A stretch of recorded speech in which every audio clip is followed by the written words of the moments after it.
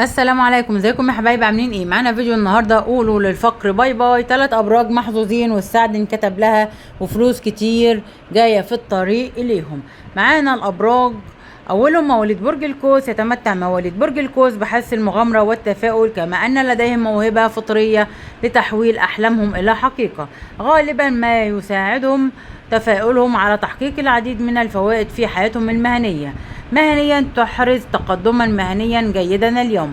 ماليا تحاول اليوم أن تجني أموالا كثيرة. عاطفية عليك أن تتخذ اليوم قرارا بشأن حياتك العاطفية.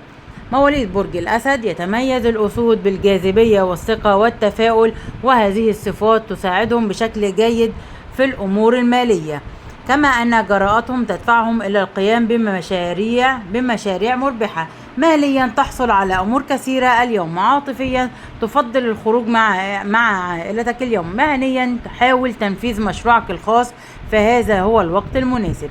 مواليد برج الثور. يتمتع الأشخاص المولودون تحت هذا البرج بأخلاقيات عمل قوية وذكاء يسمح لهم بإدارة أموالهم وتجميع ثروات كبيرة بمرور الوقت. مهنيا تحاول اليوم الماضي قدما في عملك. عاطفيا عليك الخروج مع الشريك اليوم. ماليا أمامك فرصة كبيرة لكسب المزيد من المال. وبكده يا حبايبي يكون ده الفيديو بتاعي. مش ينسوني في اللايك والشير والسبسكرايب وتفعيل الجرس علشان يوصل لكم مني كل جديد، وعيلتي صغيرة تكبر بيكم يا أحلى متابعين ومشاهدين القناة. ولغاية ما أرجع لكم بفيديو آخر أسيبكم في رعاية الله وأمنه، والسلام عليكم ورحمة الله وبركاته.